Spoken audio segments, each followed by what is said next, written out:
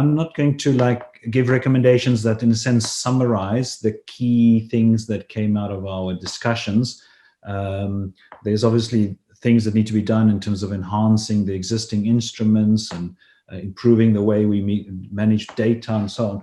But I'm going to just maybe highlight 3 recommendations that came to me out of the discussions. And some of them were highlighted in a sense also in the previous conversation we had with Jean-Marie Guénaud and Say Janet and Karen Lindgren and Ian Martin. So the first one, relating to the need to engage more with communities and to make UN peace operations more people-centered.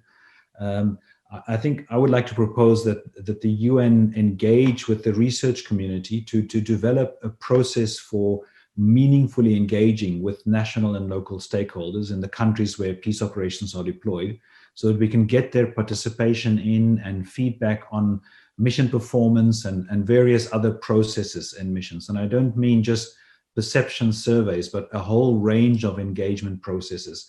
And that's why I'm suggesting, reaching out to the research community so that specific mechanisms can be designed and developed and refined over time. And I think an outside body like the research community can be a great partner for the UN in this process. The second recommendation goes towards the need to improve more what I would call, let's say, strategic performance assessment. And so we've had a lot of focus in the last few days on looking at specific peace operations. But I think there's a need to develop a methodology and a process for assessing the performance of the effectiveness of the whole international effort in a given country. So for instance, in Mali or in Somalia, where you have the UN and the AU and the EU and many other actors, bilateral actors, ad hoc missions, co-deployed, and other development and other efforts, how can we assess that overall international effort? Is that overall international effort achieving what it is meant to do, and where are the gaps and so on? In the effectiveness of peace operations network, we definitely plan to undertake such studies over the coming years. But I think these institutions themselves need to also look at what processes they can come up with internally.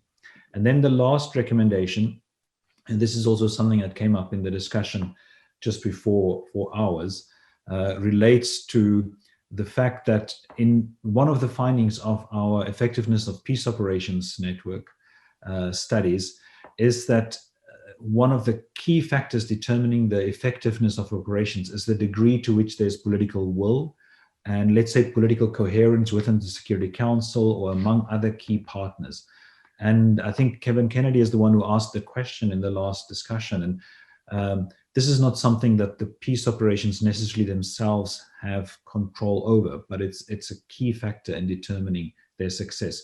So I would like to suggest that we do more in future to assess the performance of the Security Council and of the UN Secretariat or the African Union Commission, those bodies that deploy peace operations.